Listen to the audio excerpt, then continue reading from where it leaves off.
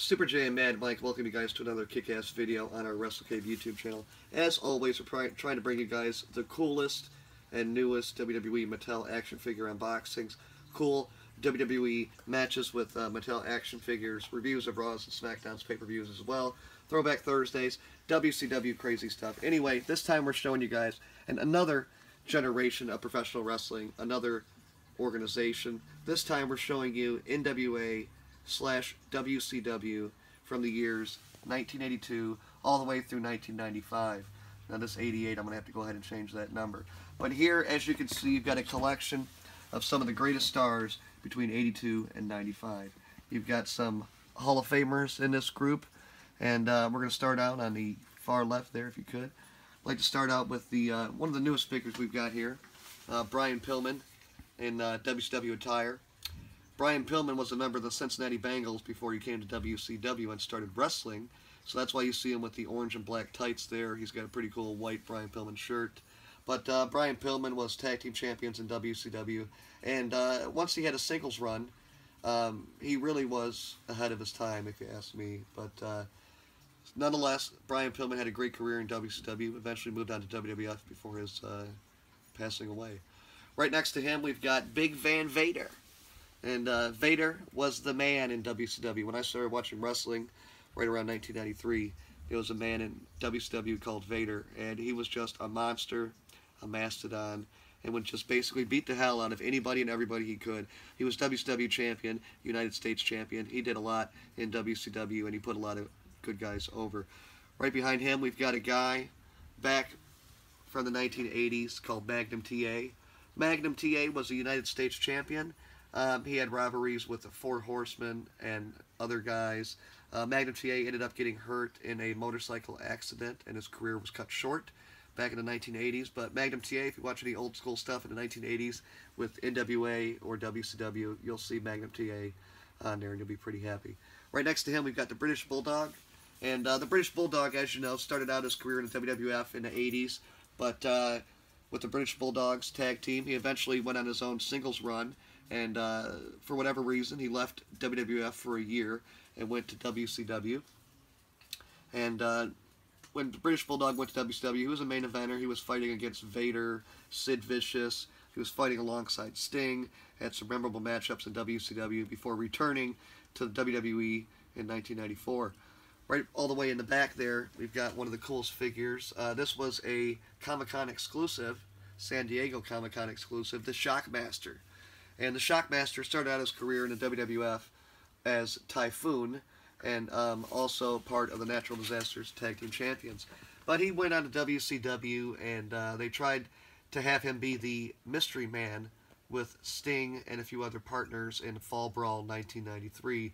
And it was Flair for the Gold TV show where they actually debuted the newest member, the secret team member in the War Games match. And Shockmaster basically tried, he was going to tear through a wall and tear down a wall and then crash through it.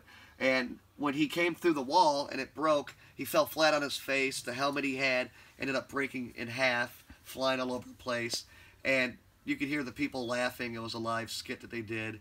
And it was one of the most memorable, worst debuts in wrestling history. And the Shockmaster only had a short career in WCW after that, maybe 6 months, and you know, eventually he was basically shunned by WCW and the wrestling world. Right over here on the back side here, we've got a couple Road Warriors right here that are custom Road Warriors from Mattel. We had got them off the internet. Mad Mike scoured them out and picked them up. And as you can see, the Road Warriors here got some cool face paint. They've got black and gray shoulder pads. They've got some black armbands, and they've got all black pants. Right behind them, all the way, we've got Jim Ross. And Jim Ross started out his career in WCW and the NWA as an announcer before he made it to WWF. Jim Ross was obviously perfect for WCW. He had a southern accent in the southern company known as WCW. Eventually, Jim Ross had enough and left WCW and went to WWF back in 1993. But Jim Ross, that's a Toy Biz Jim Ross, not a Mattel, but we've got him here in the WCW shelf. And then right, we've got a WCW ring that was actually a Target exclusive. And with the ring came this cool-ass Dusty Rhodes right here, the American Dream, if you will. And right to his side, you have the blonde Sting. And Sting, before he went black and white to the Crow type Sting, he was blonde hair, he was all-American. And this attire that he's actually wearing, he beat Ric Flair for the world title in WCW at Great American Bash in 1990. And that's the greatest match that we can recommend for you guys to watch. It was a big time in WCW history. Sting and Ric Flair had a good rivalry between 1988 and 1990, and it culminated with Sting finally winning the title from Ric Flair and becoming the face of WCW. The two guys ended up fighting for years after that. Sting was the franchise of WCW, obviously their biggest and best competitor, but there would have been no Sting without the Nature Boy Ric Flair. And Ric Flair is accompanied by his Four Horsemen members, Arn Anderson, Barry Windham, and Tully Blanchard. Now, these guys were WCW, and they were the NWA. For any baby faces, any good guys to get to their top of their stratosphere, the top of their game, you have to have good heel groups, good heel stables like the Four Horsemen, like the NWO, like Evolution, like DX, the Nation of Domination. The list goes on and on.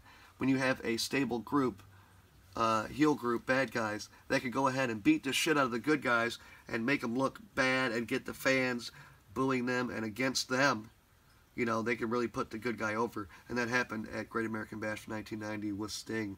But again, one of the greatest eras in wrestling history. I would definitely recommend that you guys check out a lot of cool NWA and WCW stuff. But I did forget two more guys here. We've got a pretty cool Terry Funk here. And we've got him back from the 1980s in the NWA and WCW shelf. Terry Funk had awesome matches against Ric Flair and other guys in WCW.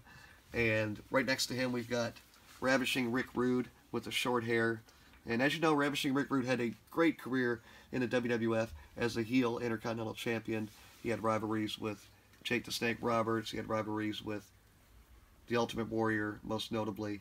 But Ravishing Rick Rude eventually went to WCW and wrestled there for a few years. Had a good career there, was WCW Champion.